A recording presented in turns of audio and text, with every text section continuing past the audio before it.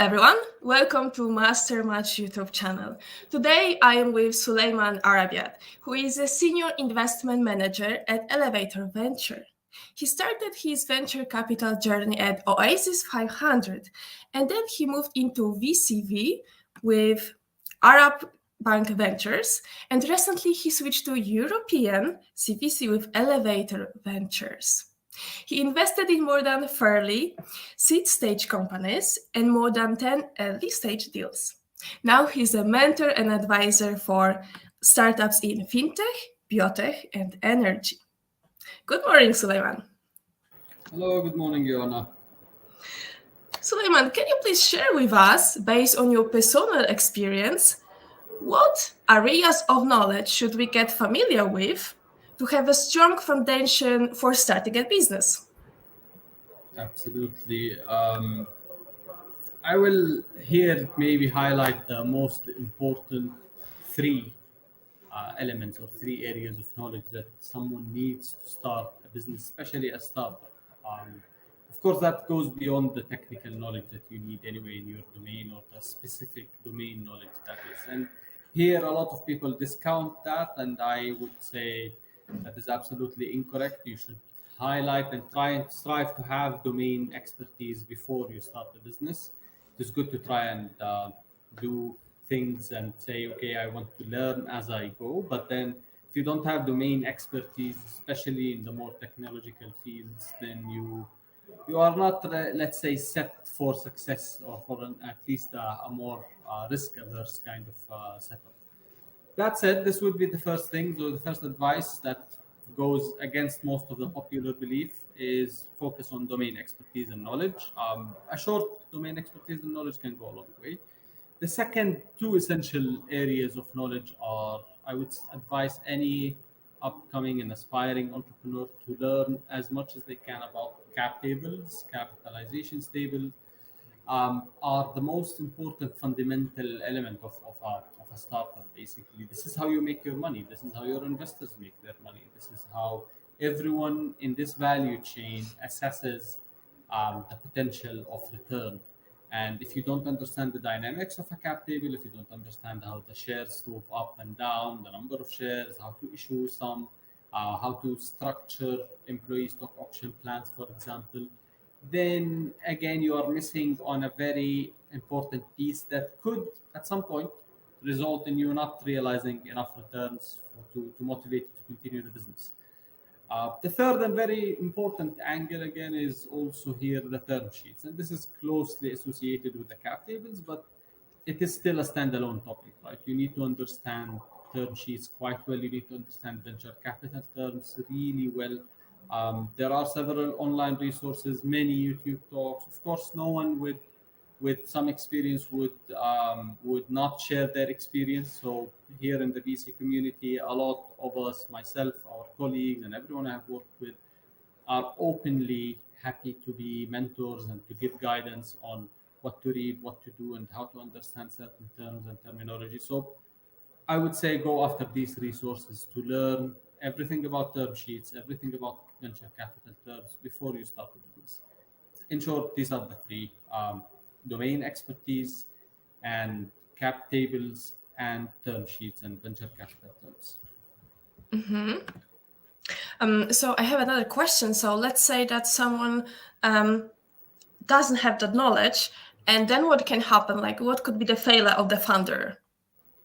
Let's put it this way. I've come across many founders. So let's put the cap tables as a problem, right? The cap table and the dynamics of it, it's basically, in short, it's how your ownership is structured within the company. You as a founder, as well as everyone else, obviously your investors, your employees, if you give them stock options or any other form, and the other founders. And I have come across many who do not understand, for example, the implication of multiple convertible notes. So that's a very famous instrument of raising capital in the very early stages. And convertible note converts at certain triggers and with certain terms. Sometimes these terms can be favorable for you, and in some others, it just delays the problem. You take the cash now, so it's more of an immediate gratification. You get some cash, you move your business, but it hits you 2 or 3 years down the road. and that could be very pivotal for the business. Because, for example, if you raise a convertible note on a clean cap table, and then that convertible notes, let's say you don't hit the certain growth milestones you wanted to do, and the investors end up owning more than 1/3 of the company after your very early stage, your seed stage or pre-seed stage, what you end up with is already 2/3 of the company without going to the market. Factor in your next couple of fundraising rounds, and that's it. You're now a founder with less than 1/3 of the company, and that is still in the early stages. So, how motivated will you be later on? That is the big question. In almost all of the funds I've worked for the early stage, so that's Series A, pre, and post. Early stages, there is a red line for us not to invest if the post-round ownership of the founders is below 1/3 of the capital. So that's the bare minimum. If you don't know the dynamics of the cap table, then you risk not realizing that you are already at that bare minimum. And 2 years before that happens, actually, because you have some unfavorable terms. Oh, thank you. Yeah, I think that the cap table is very difficult subject to navigate for many funders, but you have explained it well. Tell me how we can help you as a master match. Well, honestly, I was intrigued when I saw Master Match and what you have built. I was intrigued by some of your personal posts as well on LinkedIn, and then that led me to Master Match. And here it would, as any VC, right? This is a people's industry. So we are here to first and foremost form relationships with people, to build them, to nurture them, because it is not a quick hit and run industry, a quick hit and run domain.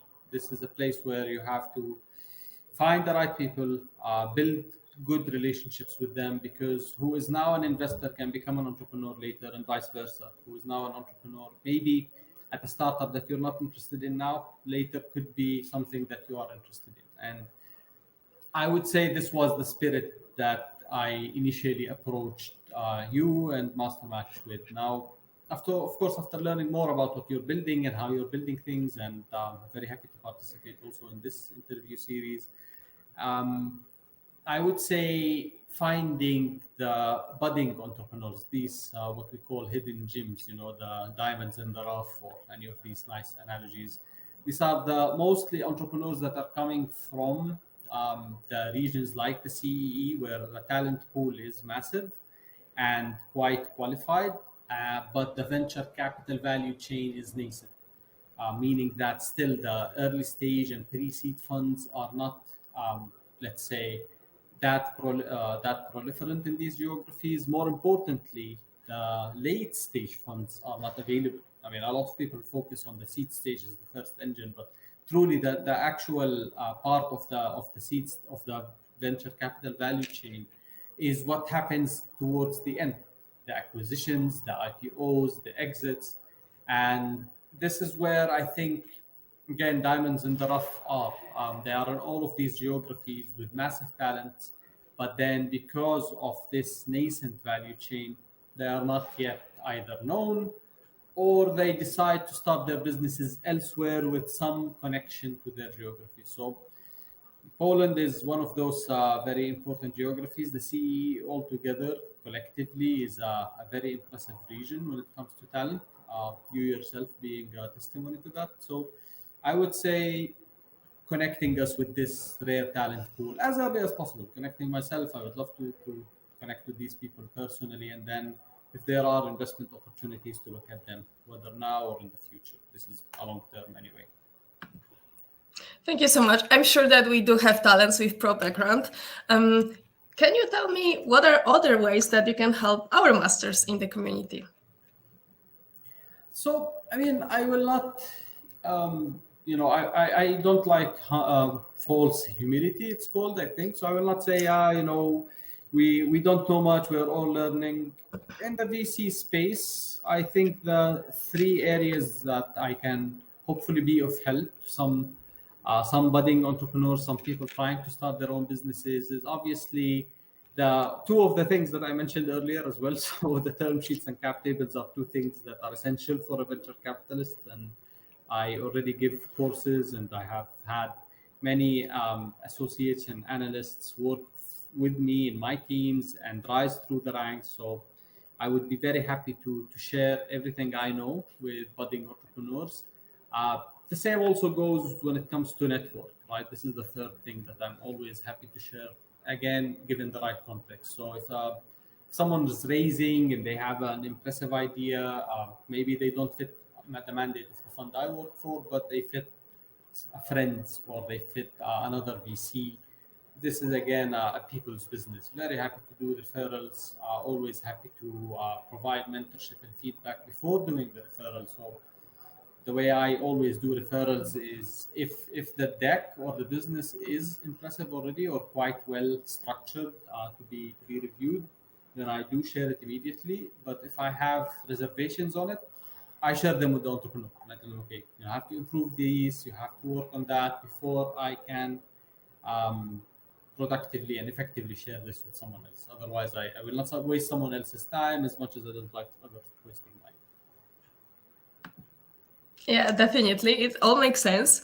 So, dear listeners, if you have a really inspiring idea for startups or would like to learn from Suleiman's experience, please do not hesitate. Visit our platform Mastermatch online and submit your request for knowledge. Then you will be met with such specialists as Suleiman so that you can save time on research and have verified partner. You can move and reach your business objective.